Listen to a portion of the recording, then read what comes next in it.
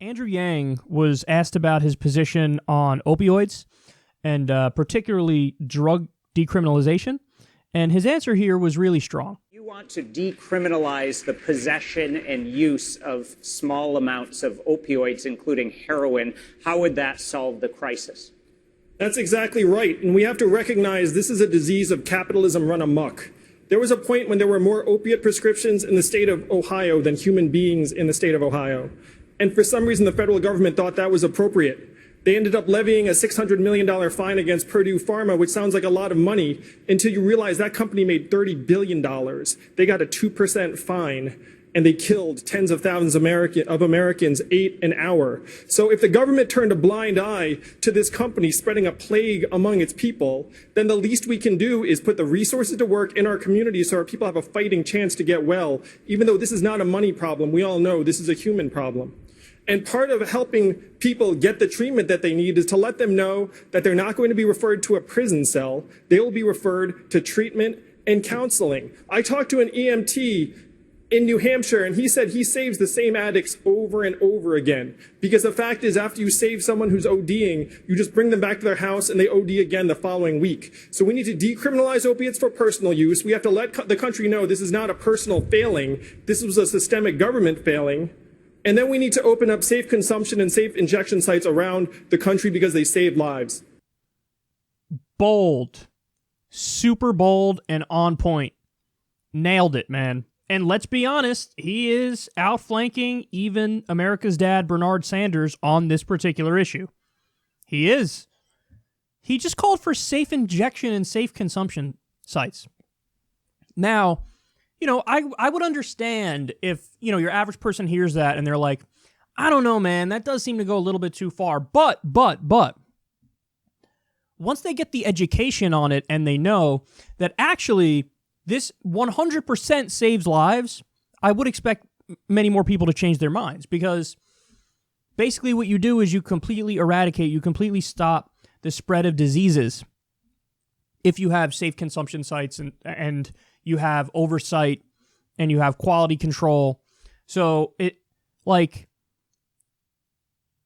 they're gonna do the drugs anyway, and they are, well, then doesn't it make sense to make them as safe as possible? And doesn't it make sense to stop all of the societal ills that surround it? Like the spread of disease, like the crime associated with it, if it's on the black market. So he really has gone above and beyond here in a way that's very admirable. And I don't know how an answer like that, impacts his chances of winning, but I do know that on principle, it's the right answer. And I love it. And he says he's looked to Portugal as his model on this stuff. He supports the idea of decriminalization of all drugs. He supports the idea of legalizing marijuana. He wants to decriminalize other drugs. Now, understand there is a difference between decriminalization and legalization.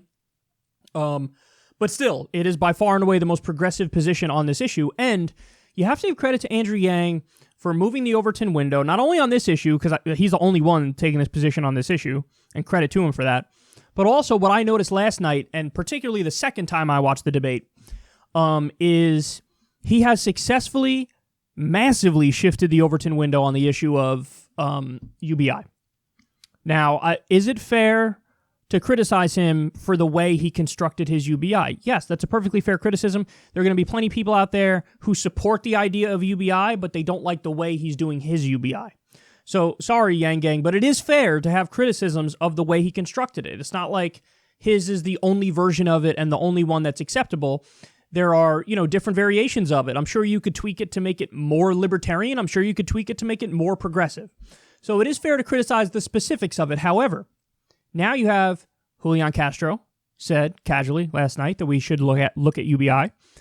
Tulsi Gabbard said, hey, maybe that is something that we should look at.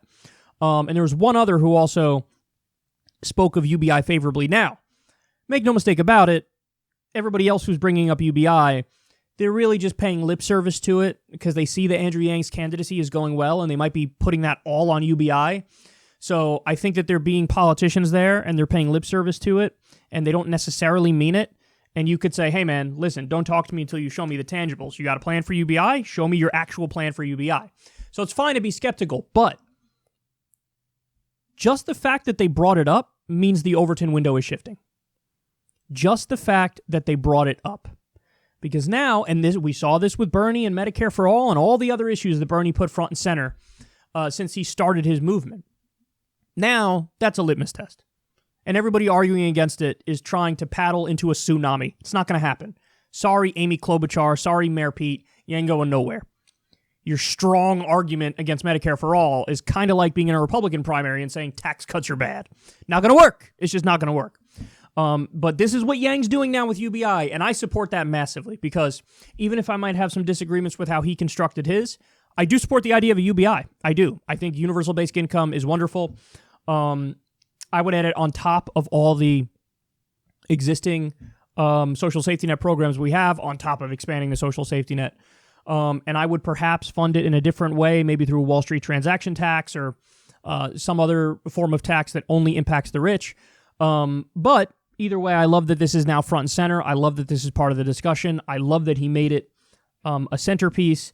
And this is what we need, guys. We need smart people who are innovative, getting involved in politics and really changing the discourse, changing the dialogue, and moving forward.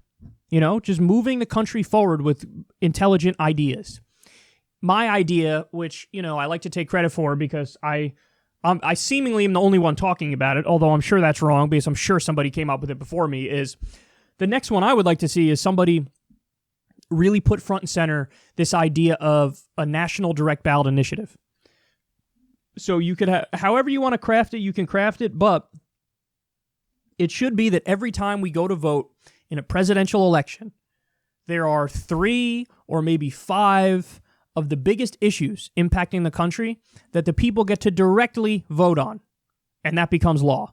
So they have that in states. In many states, they have direct ballot initiatives where you get to vote directly on something that's happening. We had a few here in New York a couple elections ago, one involving like casinos in upstate New York and, you know, some other issues, one involving money in politics. But would it be great, like, if we all went to the polls in the next election and right there, right in front of us, should we legalize marijuana? You get to vote yes or no. It would get like over 60%. See, this is why, and here's why I love this idea. It's good on principle, but also it's a way to circumvent the corruption, guys. I mean, they're so corrupt. Congress is so corrupt. Washington is so corrupt. So what's a great way to go around it? Well, literally go around it. Have a direct ballot initiative at a national level. So legalize marijuana on a federal level. Could you imagine going to vote in a presidential election when we have the next election? And it's, you see there, should we begin withdrawing from the Iraq war and do it over the period of 3 months or whatever number we come up with? You have some sort of a process to determine what gets on the ballot and exactly what the wording is and all that stuff, but then we all get to vote on it. And we could get so much more accomplished. Imagine a direct ballot initiative as to whether or not we should have a living wage and tie it to inflation. Guys, it would get like 80%.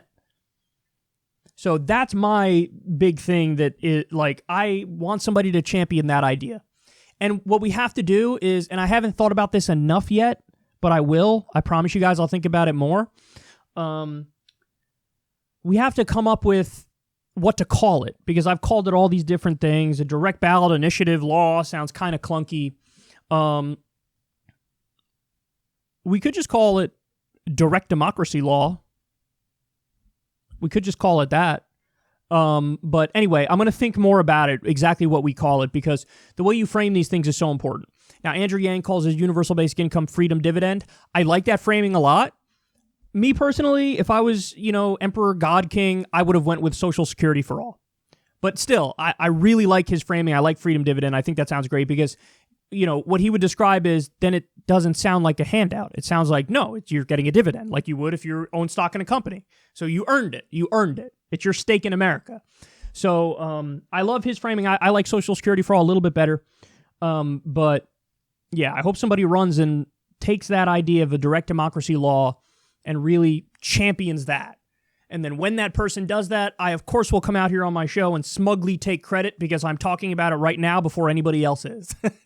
So now you guys go and spread it. Go and spread it and be like, dude, it's such a good idea. I'm sorry. I know I'm sucking myself off, but goddamn it, it's so good.